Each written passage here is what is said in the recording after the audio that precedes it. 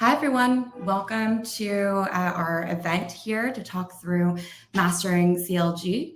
As we continue through our presentation today, just know we are recording this, so no need to take notes, just listen as we continue to share some opportunities for you to learn. We have a great lineup of speakers from Catalyst, as well as one of our customers, Full Story.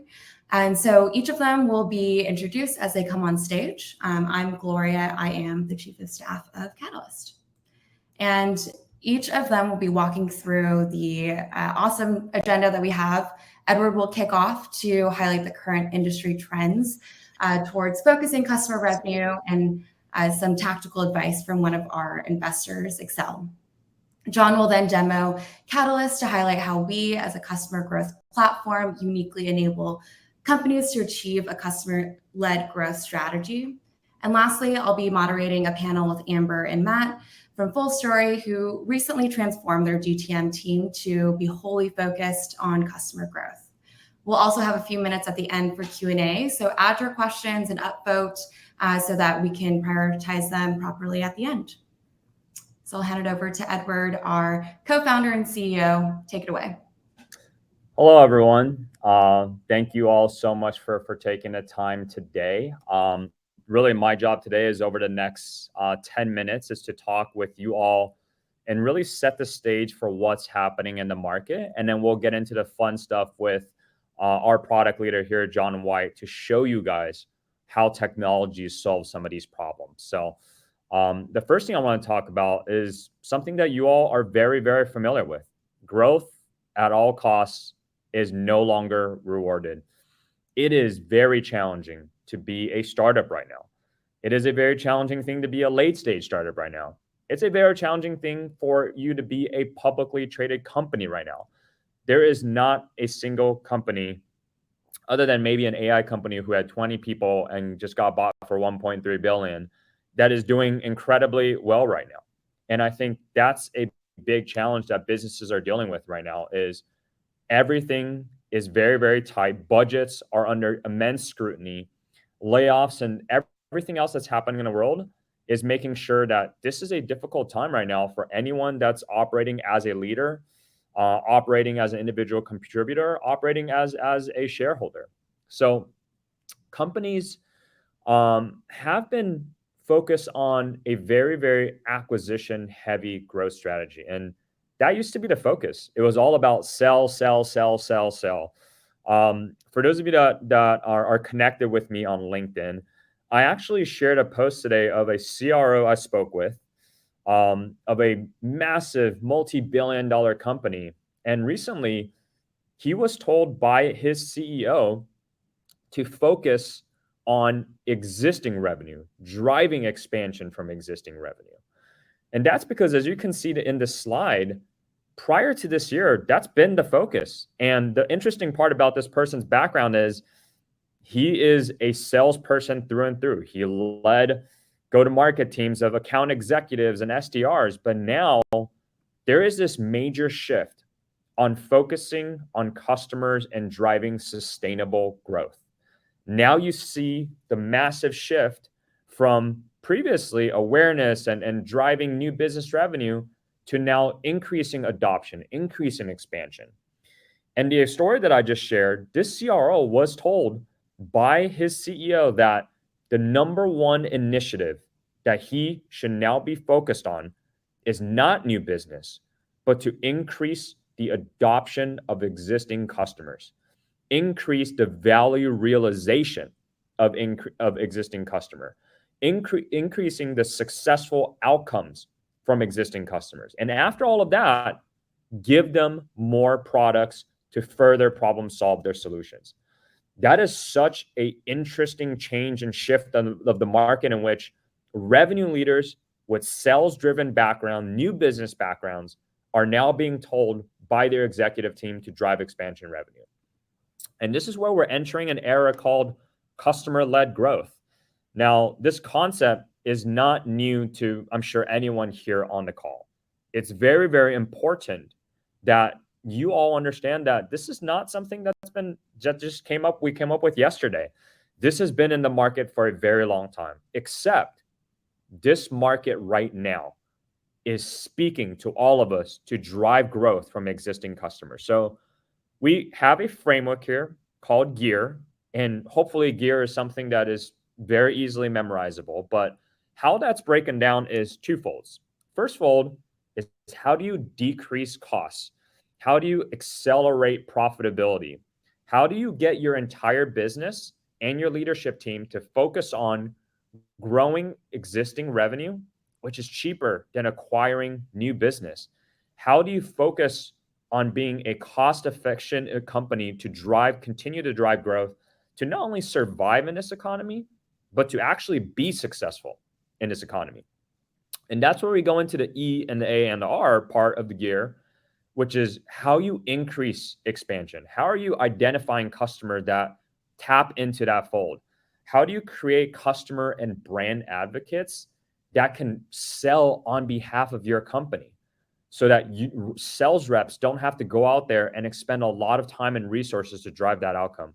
And lastly, how do you maximize retention for your business? Because every dollar that's renewed is not only going to drive GR for your business, but is an opportunity for growth and upsell for the next quarter. So that is critically important. Now, instead of hearing just my perspective, Voss is a leading partner at one of the biggest and most known funds called Excel.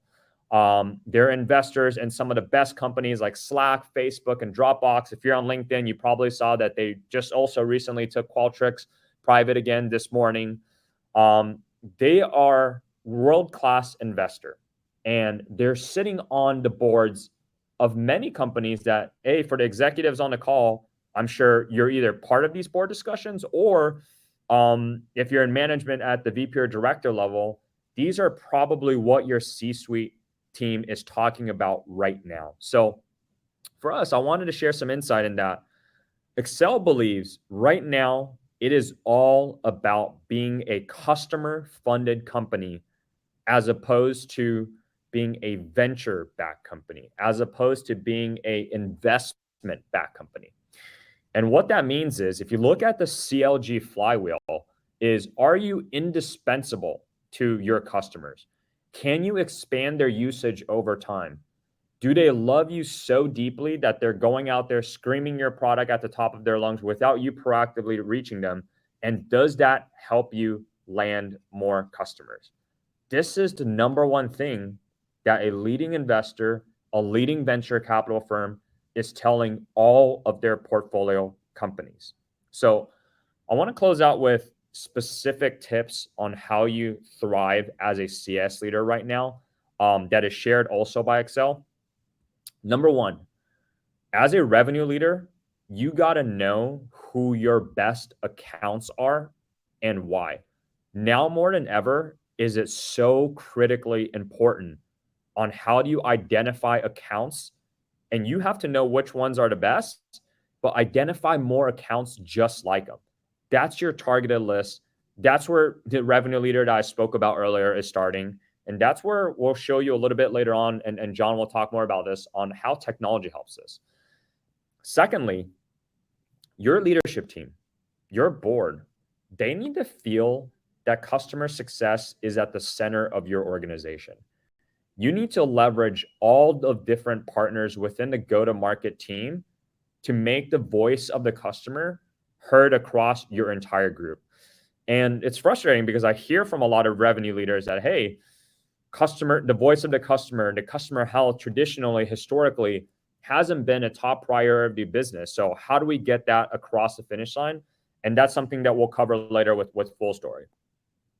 Third, how do you deep dive into your risk and retention plan? The board loves seeing a customer success leader get into the weeds of at-risk deals. How do you be creative in drafting emails for your CEO to reach out to the account, getting a board member involved to have connectivity to the account, and highlighting why you are an indispensable tool to avoid the great tech consolidation that is happening right now in this market? One other tactic is, how do you drive and thrive today, which is planning ahead. You have to know the capacity of your CS team. If you're going up market, who do you need to bring on? How do you train your junior team to be enterprise ready? What are on-demand resources that can help you scale customer success and maybe not invest as much money? Lastly, as you plan ahead, how do you find the right technology to scale your team's coverage and results? So on that note, I'm very excited to hand the floor over to John White, our product leader, who's going to talk about exactly how to do that with technology. John, handing the floor over to you. Cool. Thank you, Edward. If I haven't met you before, there's actually a lot of people I have met before in the chat. So hi to all of you. If I haven't met you before, I am the VP of product here at Catalyst. And, you know, to Edward's slides there, I think we're in a very interesting time. And for me, I get pretty excited about what's going on in the world of post-sale today, because I think what we are seeing is a mindset shift. And I think that provides lots of opportunity for technology companies like Catalyst to help companies, you know, frankly, solve these problems and make more money. Because I think today, for post-sale leaders, this market shift has presented you with a bit of a tools problem, because traditional CS platforms have focused heavily on productivity and efficiency. And, you know, that is very important. But today, productivity alone is no longer enough, because productivity alone does not equal retention, and productivity alone does not equal growth. And, you know, here we think that modern post-sale teams need something different, something that now enables you to be a revenue-focused organization that can speak the language of the CRO and the CFO. So what are your tools options today? Well, you could buy a traditional CSP. I think your team would be very efficient, very productive, but it's not necessarily going to help you with the revenue part. Now, you could go and buy some ad hoc tools, a product-led sales tool, forecasting tool, but they're not going to help you manage customer relationships and productivity. Now, you could do both. You could buy multiple tools, but I think what you'll end up with then is a kind of an expensive stack of tools that don't talk to each other. Or you could try something new. So at Catalyst, and you know what I'm going to share with you today, is we are taking a different approach, one that focuses on productivity and revenue.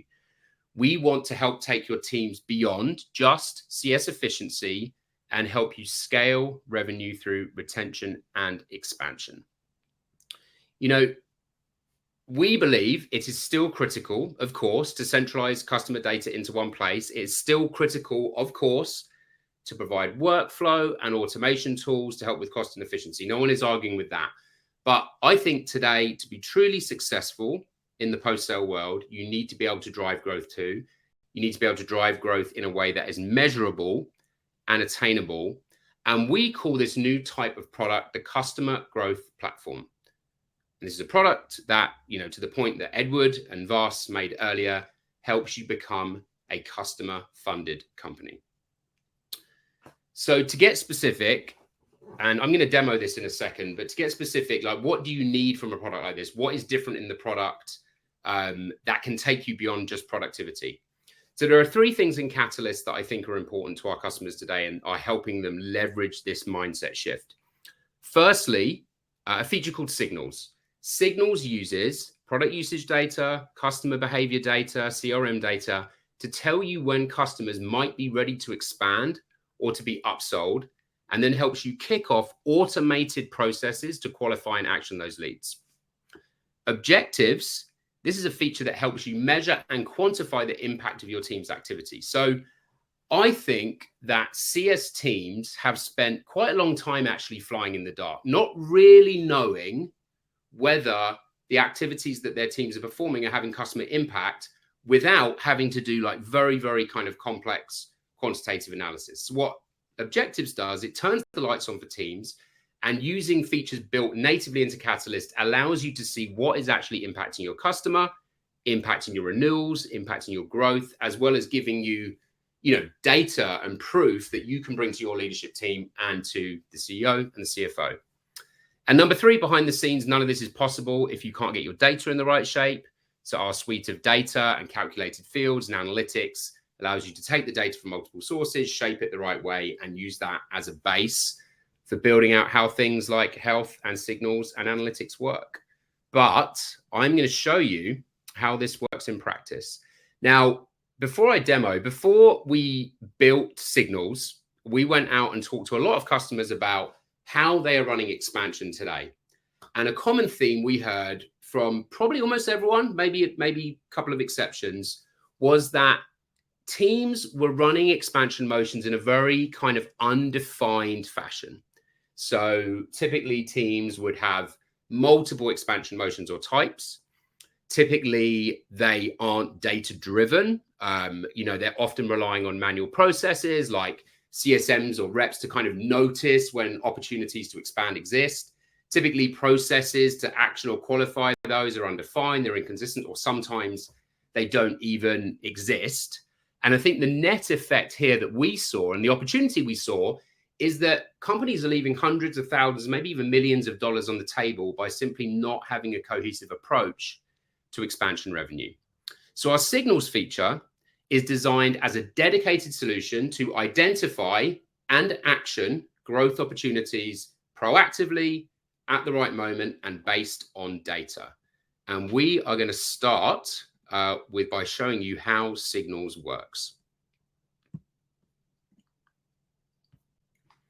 So most companies have multiple expansion types. And we've got an example here of how this might look set up for a typical company. So I've got 4 different expansion types here.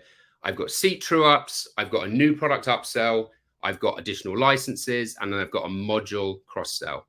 Now you can define these expansion types in Catalyst, and you're going to use actual data points that tell you or give you a signal when a customer might be ready to spend more money. And you can draw these data points from CRM, from product usage, from behavior. Even, we've seen customers using third-party intent data or, contact enrichment for like user gems, etc. I'll give you a simple example for a true up here. So what we're saying here is that a customer is probably ready for a seat true up when their renewal is not within the next 60 days. They haven't got a renewal coming up.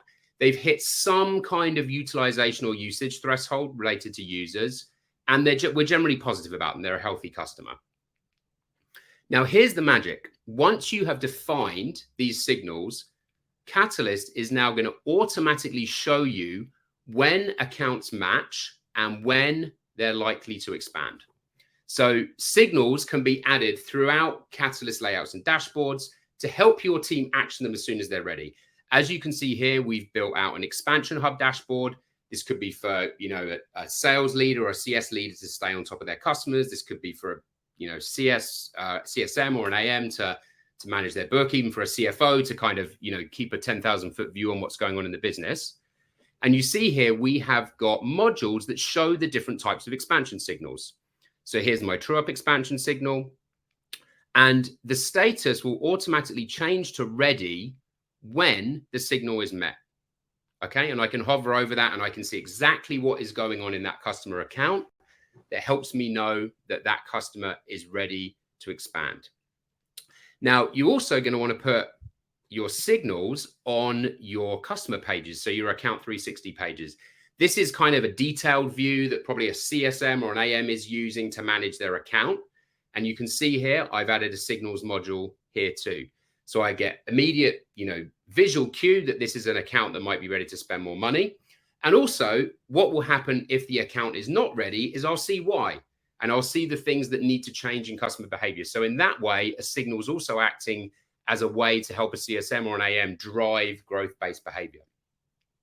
Now, it is important to call out that at this point, these are not necessarily yet qualified opportunities. Okay, what we are telling you is that there's like expansion potential here, but often that still needs to be qualified and an opportunity needs to be created, et cetera, et cetera. So this is where playbooks come in. So if you're not familiar with Catalyst or playbooks, playbooks are sort of Catalyst native workflow engine. You can drag and drop workflow tasks. You can do things like send emails, alerts, assign tasks, et cetera. And every expansion signal that you create can trigger a playbook. So for example, you might want a playbook that automatically sends the customer an email and then gives the rep a task to go and qualify and create that opportunity. or maybe you want a playbook for customers that aren't quite ready to buy just yet that puts them into some kind of nurture campaign. As you can see here, playbooks can branch based on behavior. So in this case, we are sending the customer an email, so letting them know that, they're about to hit a seat limit. And then we can actually change behavior on the playbook based on whether they've opened that email, whether they've replied to it, whether they've clicked on it. So you can get pretty custom with these things. And essentially, this is here to ensure that once these expansion signals have been identified, they can't be ignored or missed, and they ensure that your team are applying consistent and efficient processes to turn them into actual dollars. And finally, all of this can be measured. So for CS teams that are feeling like they don't have a good way to measure whether their processes are working or not, we launched a feature about 6 months ago called Objectives. And essentially what Objectives does, when you create a playbook, which is, a way of modeling the motions and the processes that you're already doing in your team, you can set a specific goal for that playbook. And then you can measure across all of the accounts that run through the playbook, all of the processes you run, whether it's working or not, and whether you need to make changes. So for this signals playbook, which is obviously designed to drive expansion revenue, I've set an objective here of the number of expansion opportunities created to be greater than 1. So basically what I'm saying here is if a signal results in an expansion opportunity being created, I think we can agree that's a pretty successful outcome. So I can see here by going into this data view that this playbook is working pretty well. About 80% of the accounts that have gone through it have ended up creating an opportunity. So that's a pretty high success rate. I can drill down. I can see how that's worked over time. This could perhaps help me get more precise in my pipeline forecasting. And then if I'm someone in ops and I'm designing and building and optimizing playbooks, I can even go down into the individual steps, see how they're performing, the emails and the tasks, so I can make changes accordingly. So overall here, what I'm doing is defining the different types of expansion motions in my company using data, using signals to automatically know when customers might be ready to spend more money. I am then running playbooks to make sure that these expansion motions are being run in automated and consistently in my team. And then I'm measuring the output so that I can go to my CRO or I can go to my CFO and I can say, my customer expansion strategy produced at least 1 opportunity post 30 days across 80% of my customers. And I've got actual data that I can bring to my leadership team to show them what's working and what's not. And I think this is what we see as, the key differences between, say, a standard CSP and a customer growth platform like Catalyst, focused on driving productivity and revenue in your post-sale teams. So before I hand off to our fantastic customers, I do want to share one more thing. I want to thank Alice. If you don't know Alice, they are a great company. They are a customer of ours. They were kind enough to share some data with us for this presentation. Their business is basically sending awesome, personalized relationship building gift packages and experiences to customers. And essentially, they've been using signals for about a week now. So some outcomes they've seen. They found multiple accounts with expansion potential that they weren't already tracking. So they immediately found new opportunity.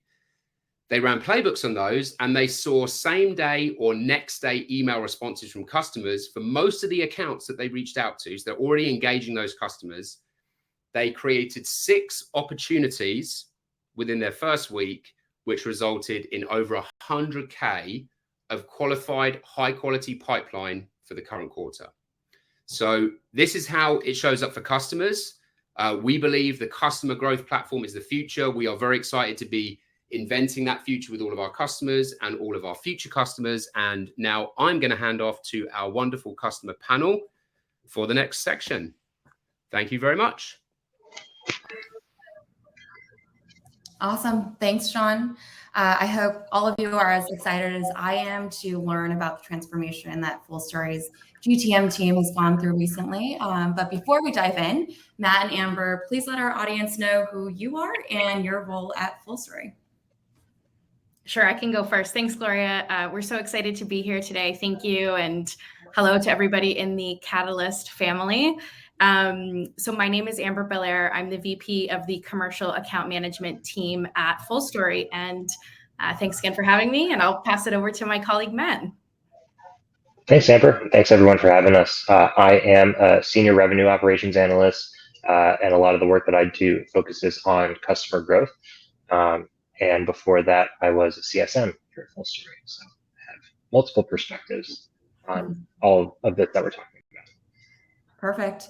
And Amber, just so that the audience can understand a little bit more about Full Story, do you mind just giving a 30-second elevator pitch on your company and what you provide? Sure. Thanks, Gloria. So most companies nowadays offer digital experiences, whether it's a website, an e-commerce shop, a mobile app, or a SaaS product. At Full Story, we believe your bottom line depends on the quality of the digital experience that you offer your users. So if your digital experience is not perfect, if there are bugs in your mobile app, if it takes too long for pages to load on your website, you're going to frustrate and upset your customers.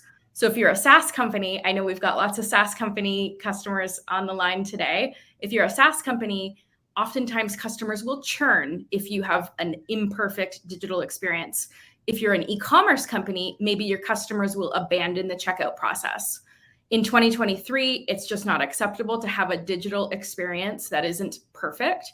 So Full Story enables companies to capture the entire digital experience, every click, every thrash of the cursor, every website page that is slow to load, so that way you can provide a perfect digital experience for your customers. Amazing. Thanks, Amber. So we're here to talk about your transformation. Let's jump right into it. Amber, what were some of the challenges that Full Story was facing at the beginning of 2023 that prompted this change? Yeah. So at Full Story, we sell primarily into retail e-commerce brands as well as SaaS companies. Our ICP, that's our ideal customer profile, has been hit very hard by macroeconomic conditions since we're hyper exposed here, especially in tech. Many of our customers have had to have massive layoffs. So in the past, we had a sales team that was hybrid new logo acquisition and upsell cross-sell. The sales team loved it because they got exposure to existing customers as well as the ability to prospect into new customers. But the problem was if there was a customer that had to make any kind of change, any kind of contraction or right sizing to their contract, we were having to pass them over to a third-party team. So previously, our renewals function was managed by a completely separate department under customer success. And so we found that this didn't really provide for a very good customer experience.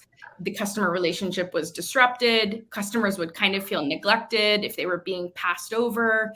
And sales, frankly, just wasn't incented to focus on maintaining these existing customer accounts. So we knew last year when the economy started changing, we knew we had a problem and we had to make some sort of change. So at the beginning of this fiscal year, we reorganized the go-to-market function such that renewals is now part of sales. And sales itself is split into a new logo team, which we affectionately call the hunters. And then we have my team, which is the account management team, affectionately referred to as the farmers. And the goal here was to give customers a better experience, one point of contact, make sure we're not passing customers off from one person to another should they need to make a change to their contract. Yeah, I think what we've been talking about today, it's definitely that the spotlight is continuing to be put on growing revenue through your customers, and it's, the focus for a lot of organizations. So that's why we're here today. And I'm sure now that you've kind of talked through the before state, I'm sure everyone is eager to find out more about the approach. So Matt, can you help walk us through how Full Story went about unifying the business around customer growth and what that entailed from a more tactical aspect as well? Yeah, absolutely. So like Amber mentioned, we split the sales roles into hunters to focus on new logos and farmers to focus on growth and expansion and renewals. And when our leadership team was introducing this new concept to us at the beginning of the fiscal year, they emphasized that these changes should help us all focus, be able to deliver more value to our existing customer base, and with that value delivery, we'd grow our customers.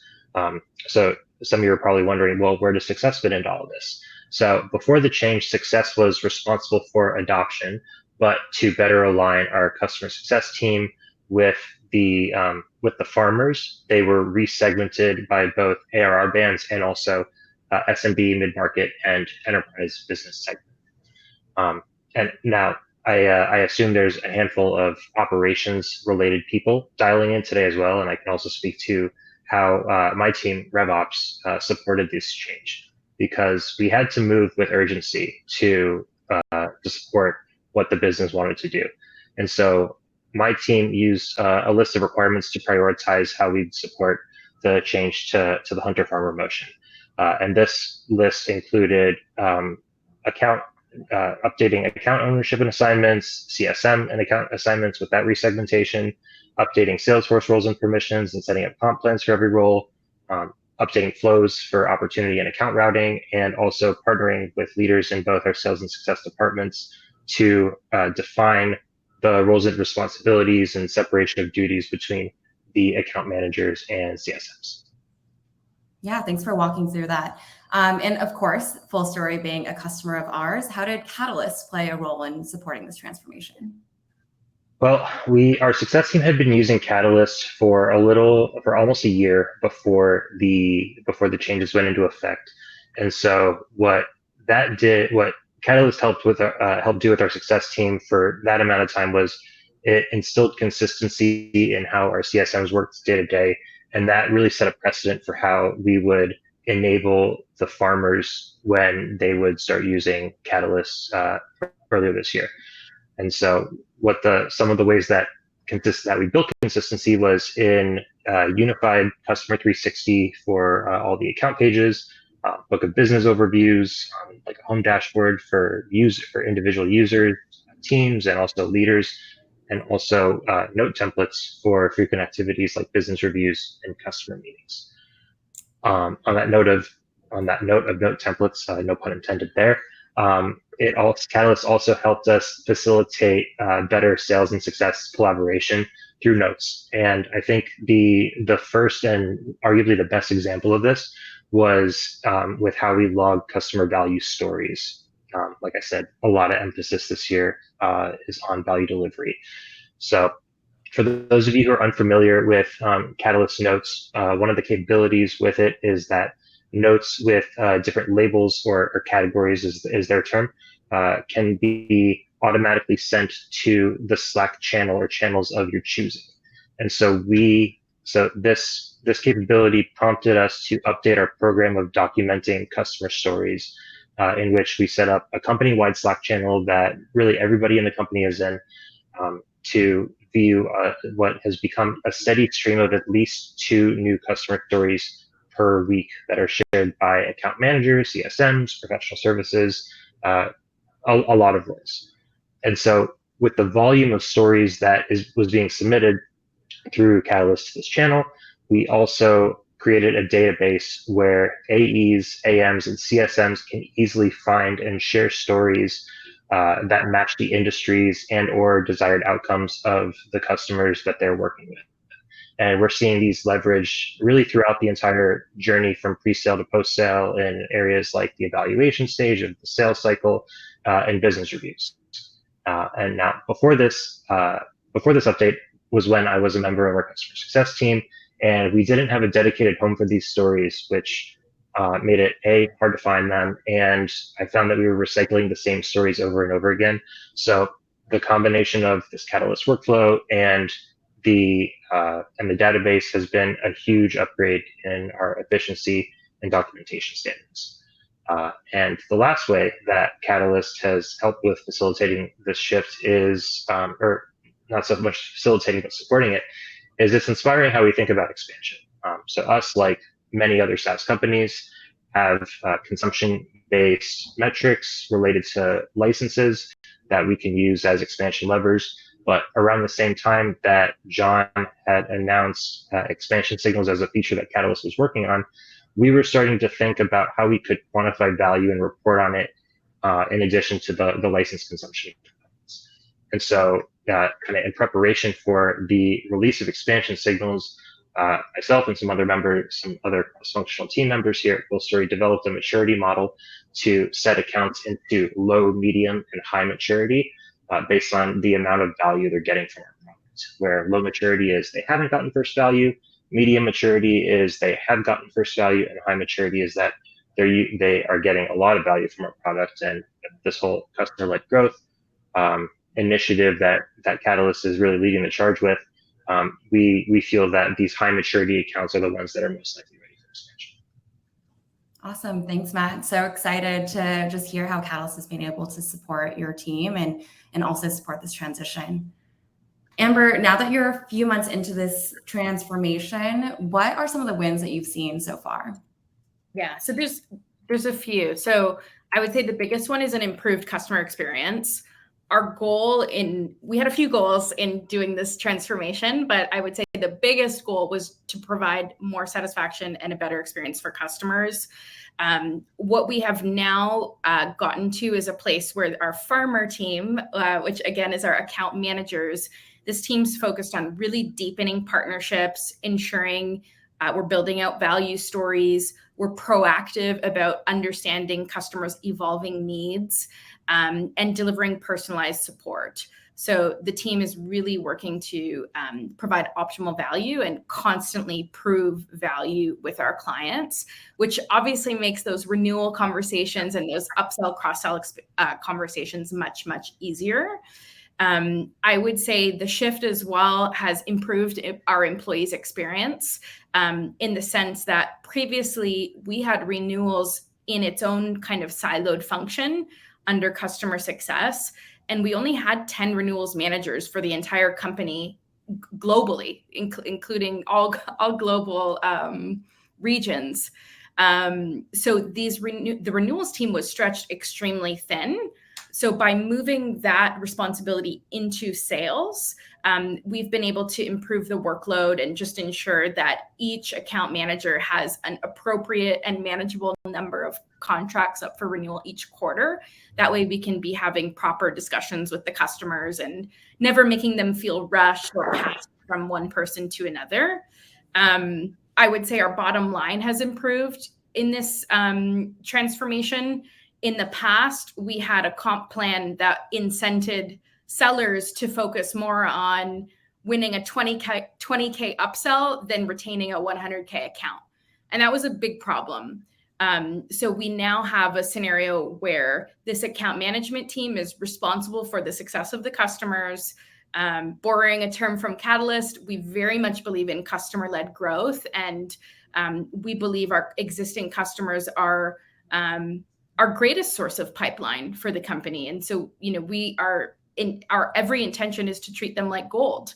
And then lastly, I would say just the renewals function in general seems to be smoother so far. We're not passing customers off. Customers don't have to repeat themselves. They've got one point of contact to talk through all things contracts. And the one point of contact is someone who's intimately familiar with their business, their goals, their needs. And then I would say the last big positive impact here that doesn't really have anything to do with customer-led growth, but just an ancillary impact is that the folks from our sales team that are on the hunting team or the new logo team, so to speak, that team has a lot more time back in their day to just focus on landing new logos without competing priorities. So those are some of the benefits we've seen so far. Sounds awesome. I think there's, definitely a lot more to see as you guys continue to grow into this new GTM motion, but super excited to hear all of the positive aspects of what you guys have seen so far. So now that we've talked a little bit about how you guys have seen a couple of wins, would love to learn a little bit more about what's next. How are you guys going to be leveraging Catalyst? You had mentioned a little bit of the expansion signals piece earlier on. Matt, I'd love to just learn a little bit more about what you see is next on the horizon. Yeah, what's on the horizon really does revolve around the Catalyst new expansion signals feature. So like I alluded to earlier, when we were starting to think about this right around the same time that Catalyst was announcing that they were building it, And so the release of it now that it's in production, it's super timely for us. With the specialization and kind of better dedication of duties for our hunters and farmers, this feature is really going to help our farmers focus on the accounts that are ready for expansion based on the value that our product is delivering. By being able to grow the criteria relative to value delivered in a single place, we no longer need to go through the pain of guessing which customers are ready to expand and when they're ready to expand. So this is going to be a huge time saver and also get us out of Google Sheets and Salesforce reports, which is how we were doing this before. In terms of kind of where we are in the build phase of this, I'm smack dab in the middle of building the end-to-end process for leveraging signals for the expansion-ready accounts. And we're using the same maturity model that I mentioned to present accounts with low maturity to account managers and CSMs so that they know which accounts they need to support to increase our chance of renewal. Looking forward to seeing those results as well. And thank you again, Amber and Matt, for just being willing to share your experience and just give a little bit of insight to the rest of our audience here, how the change has been happening, as I'm sure a lot of folks are feeling and probably seeing similar transitions in their orgs as well. Thank you. Awesome. So we're going to transition into just a bit of Q&A. So Daniel, if you don't mind inviting John back to the stage. So high level, that we had a great question come in. I think it's very aligned with Amber and Matt, what you just mentioned from CC. Under this paradigm of, again, kind of moving to customer-led growth and growth through your customers, how do you envision the role of CSMs and AMs evolving? Are they getting closer in scope, or are they moving further away and more specialized? Amber, I'll turn it over to you. Okay. Thanks, Gloria. Yeah, I can take a stab at that one. I mean, I will say I am just speculating, and I think every company, it probably depends on the complexity of the product and the suite itself.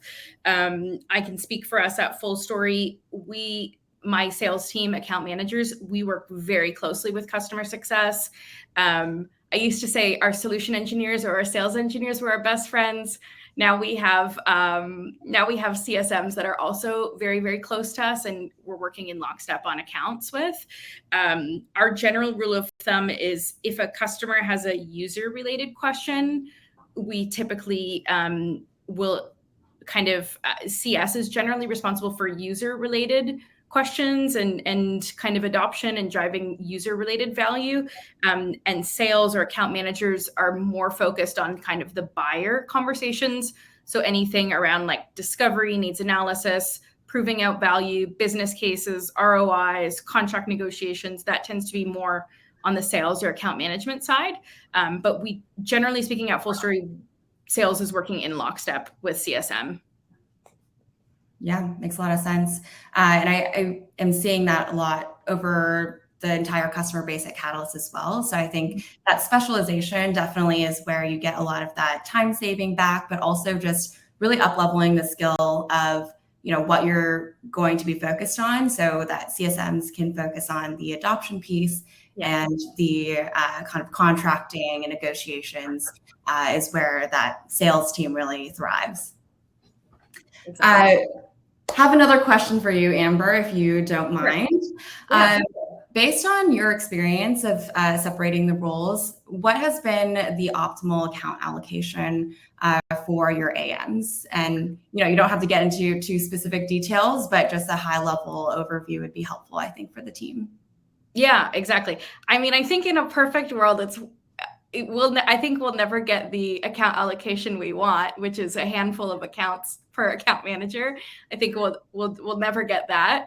Right now, I can share for us on the mid-market side, we've got about roughly 70 accounts per account manager, and in SMB, it's much more. It's over 100 accounts per account manager. I think we would love to get those numbers down. Headcount requests prevailing. Thank you. I appreciate you, jumping in and just giving a little bit of context. Super helpful to understand kind of that segmentation as well. John, I'm going to hand a question over to you. Got a great question in here around how is product leadership involved in the CLG shift? Oh, sorry, Daniel, I'm going to share this one instead first, and would love to get John's perspective because he definitely is driving a lot of that internally. Yeah, totally. I think the first thing I would do is a shameless plug for our CLG guide, which you can find on the Catalyst website, where we actually talk about all of the different teams in the company and how we think about our roles changing in relation to CLG. I think there are 4 things that product leaders need to think about differently. I think firstly, product teams need to start having more shared metrics with post-sale teams. So for example, at Catalyst, we have, things like at-risk customer percentage metrics that are shared between CS and product. I think product leaders need to be more deliberate about investment mix. I think for a long time, as a product team, you could get away with just building new shiny features and not necessarily having to think as deeply about retention. I think every product leader should be able to answer for any given quarter, year, what percentage of my roadmap is focused on new business, what's focused on renewal, what's focused on expansion. And the percentages for expansion renewal will have grown over the last year. I think that product teams and product leaders should be doing win-loss analysis with their product marketing teams. And you should be doing this on not just on new business, you should be doing this on renewals and expansions. And then I think you need to get really, really tight with the kind of at-risk process that your CS team is probably managing. If you're not a part of it, I guarantee there's something happening, a monthly meeting, a Slack channel. I think product teams need to be really, really plugged into that because, oftentimes, product gaps are a big reason why customers start looking elsewhere. So those would be my top 4. But yeah, go and download the guide and let us know what you think. Thanks, John. And I think we have another question, Daniel, if you don't mind sharing.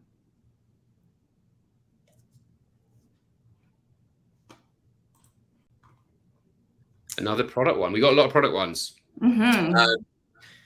Yes. Where do signals come from? How they prioritize? So thank you for the question. Essentially, you get to decide. So you configure them yourself.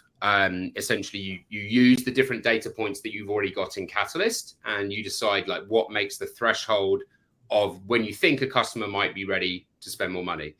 And you don't need to prioritize the actual data. A signal is just going to light up ready if all the different conditions apply. And again, we don't prioritize the individual signals. We're just going to show you any and all that apply to any account at any one time. So you get to see all of them at the same time. Hopefully that kind of answered the spirit of the question there. Should we just keep rolling through the ones? If folks want, I can even add color onto how we went about deciding how we set up our signals in Catalyst. Oh yeah, that would be awesome, Matt. Thank you. Yeah, for sure. So I saw in the either chat or Q&A that someone else asked about. I think it was churn, and the answer was related to the health calculator within the Catalyst platform, and that's kind of how that's kind of where we started with looking for data points to include with our expansion signals. So we've taken our health in summary. Our health calculation has different component weights where like product feature or product usage is a little bit less weighty, and maybe frequency of usage is as a greater weight. And so we distilled down the feature usage components that are most closely correlated to the value that customers, or the perceived value that customers are getting from our product, and then set the thresholds for getting value as they have healthy usage of pretty much all of the feature usage components that were tracked. Super Got it. helpful. So you kind of started with, for the product usage part, you kind of started with your health score, which obviously you're using for renewals, and then you kind of escalated that a little bit to indicate when customers were using the product enough that they might be ready for upsell. Correct. Interesting. Thank you for sharing that. Great. And I think that's a really great place to end. So again, thank you, Amber, Matt, and also John for coming on and sharing your insights with our audience. And we're super excited to just see how Full Story continues in its transformation and also how we continue to partner together as you guys launch expansion signals. Thanks, Gloria, for having us. Thank you. Yeah, thanks again. Thank you very much. Bye.